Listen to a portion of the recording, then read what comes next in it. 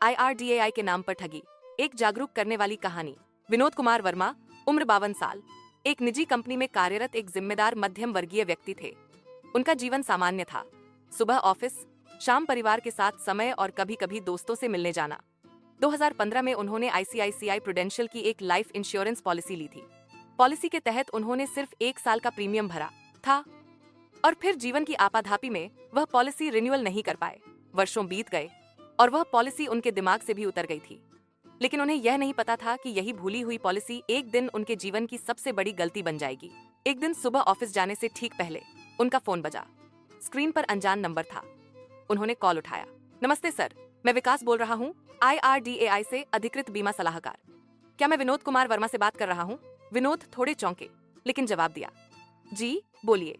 Sir, हमारी जानकारी के अनुसार आपने 2015 में ICICI प्रूडेंशियल की एक पॉलिसी ली थी, लेकिन आपने सिर्फ 1 साल प्रीमियम दिया और वह अब बंद हो गई है।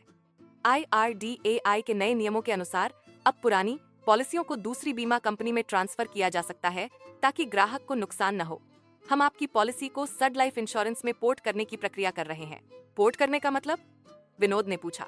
कॉलर ने तपाक से जवाब दिया, सर, इसका मतलब है कि आपकी पुरानी पॉलिसी में जितना आपने प्रीमियम दिया था और जो लाभ थे वो सभी सड लाइफ में ट्रांसफर हो जाएंगे। IRDAI ने यह सुविधा हाल ही में लागू की है ताकि ग्राहकों का पैसा सुरक्षित रहे। विनोद थोड़े राहत में आए। सरकारी संस्था का नाम सुनकर विश्वास बढ़ गया। विकास ने आगे कहा, आपको सिर्फ एक बार OC 2000 जमा करना होगा। उसके बाद आपकी पॉलिसी सड लाइफ में चालू हो जाएगी और 5 किस्तें भरने के बाद आपको OC 4 लाख तक का लाभ मिलेगा। साथ ही विकास ने WhatsApp पर कुछ दस्तावेज भेजे। ICICI का लोगो लगा हुआ एक पत्र, एक QR कोड, बोनस विवरण और एक कथित रसीद। सब कुछ इतना वास्तविक लगा कि विनोद को लगा जैसे यह सही में किसी सरकारी प्रक्रिया का हिस्सा है। उन्होंने ज्यादा सोचे बिना QR कोड स्कैन किया और पास 2000 भुगतान कर दिया। अगले दिन उन्हें एक और कॉल आया, इस बार सड लाइफ इंश्योरेंस के नाम से। सर, आपका पॉलिसी नंबर XXXXX सफलतापूर्वक एक्टिवेट हो चुका है। आपकी अगली किस्त अगले महीने देनी होगी। विनोद को लगा जैसे उनका काम हो गया, लेकिन असल सच्चाई कुछ और ही थी। कुछ हफ्ते बाद जब उन्होंने ICICI प्रूडेंशियल कस्टमर केयर को कॉल कर अपनी पुरानी पॉलिसी की स्थिति पूछी तो उत्तर मिला, सर, आपकी पॉलिसी 2016 में ही लैप्स हो चुकी है। उसमें कोई रिन्यूअल प्रक्रिया नहीं चल रही। हैरान होकर उन्होंने सड लाइफ के हेल्पलाइन पर बात की। पता चला कि उन्हें एक नई पॉलिसी बेची गई है जिसमें 5 साल तक लगातार प्रीमियम देना अनिवार्य है। यदि वह बीच में बंद करते हैं तो उन्हें कोई पैसा नहीं मिलेगा। अब विनोद को समझ आया कि वह एक बहुत बड़ी ठगी का शिकार हो चुके हैं। कॉल करने वाले ने IRDAI का नाम लिया था, जिससे उन्हें भरोसा हो गया, लेकिन सच्चाई यह थी कि IRDAI भारतीय बीमा नियामक एवं विकास प्राधिकरण ने कभी भी जीवन बीमा पॉलिसियों की पोर्टेबिलिटी की अनुमति नहीं दी है। स्वास्थ्य बीमा, हेल्थ इंश्योरेंस में यह सुविधा जरूर है जिसमें एक कंपनी से दूसरी में ट्रांसफर किया जा सकता है, लेकिन लाइफ इंश्योरेंस में ऐसा कोई नियम नहीं है। इस तरह के कॉल करने वाले लोग कॉर्पोरेट एजेंट के नाम से खुद को परिचित कराते हैं, जो वास्तव में किसी एक बीमा कंपनी के लिए काम करते हैं। उनका उद्देश्य होता है ग्राहक को भ्रमित कर नई पॉलिसी बेच देना। वे पुराने पॉलिसी नंबर, ग्राहक का नाम और कभी जन्मतिथि जैसी जानकारी का उपयोग कर विश्वसनीयता बनाते हैं। विनोद बाबू ने जब मामले की शिकायत दर्ज करनी चाहिए तो पुलिस ने साइबर क्राइम सेल में रिपोर्ट करने की सलाह दी। उन्होंने cybercrime.in पर शिकायत दर्ज की, IRDAI के ग्रीवेंस सेल में मेल किया और बीमा कंपनी से संपर्क कर कागजात मांगे। हालांकि यह कानूनी प्रक्रिया लंबी और थकाऊ थी, लेकिन उन्होंने ठान लिया कि वे चुप नहीं बैठेंगे। कुछ दिनों बाद उन्हें पोस्ट से एक मोटा लिफाफा प्राप्त हुआ। यह उसी नई पॉलिसी का बॉन्ड था जिसमें उनके हस्ताक्षर, प्रीमियम की रसीदें और शर्तें शामिल थीं। उन्होंने उसे सबूत के तौर पर सुरक्षित रखा और आगे की कार्रवाई की योजना बनाई।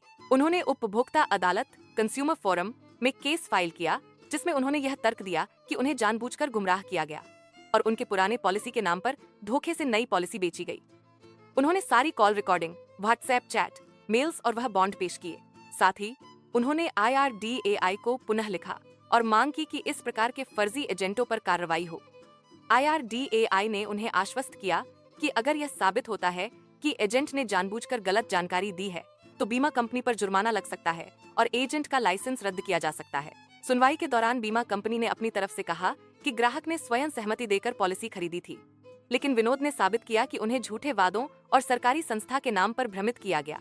मामले की मीडिया में भी चर्चा हुई और सोशल मीडिया पर लोगों ने इस पर खुलकर चर्चा की। कई अन्य लोग सामने आए जिन्होंने भी इसी प्रकार की ठगी का अनुभव किया था। अंततः उपभोक्ता अदालत ने बीमा कंपनी को आदेश दिया कि ग्राहक की पॉलिसी को रद्द किया जाए, जमा किए गए हिट्स 2000 की वापसी की जाए, 110,000 मानसिक क्षति के लिए और 5,000 अदालती खर्च के रूप में अतिरिक्त भुगतान किया जाए। इस फैसले के बाद विनोद को न्याय तो मिला, लेकिन उन्होंने तय कर लिया कि वे इस अनुभव को केवल अपने तक सीमित नहीं रखेंगे।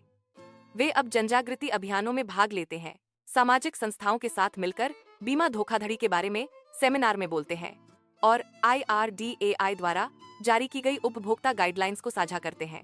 उनका एक ही संदेश है, अगर कोई कॉलर IRDAI का नाम लेकर लाइफ इंश्योरेंस पॉलिसी को पोर्ट करने की बात करे तो तुरंत सतर्क हो जाइए। IRDAI केवल हेल्थ इंश्योरेंस में पोर्ट की अनुमति देता है, लाइफ इंश्योरेंस में नहीं।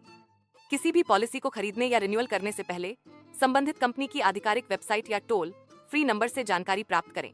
आज विनोद बाबू केवल अपने लिए नहीं, पूरे समाज के लिए लड़ रहे हैं ताकि कोई और उनके जैसे धोखे का शिकार न हो। यह कहानी एक सच्चाई पर आधारित है और इसका उद्देश्य आम जनता को जागरूक करना है। If you like this video, please comments, like and subscribe. Thanks for watching.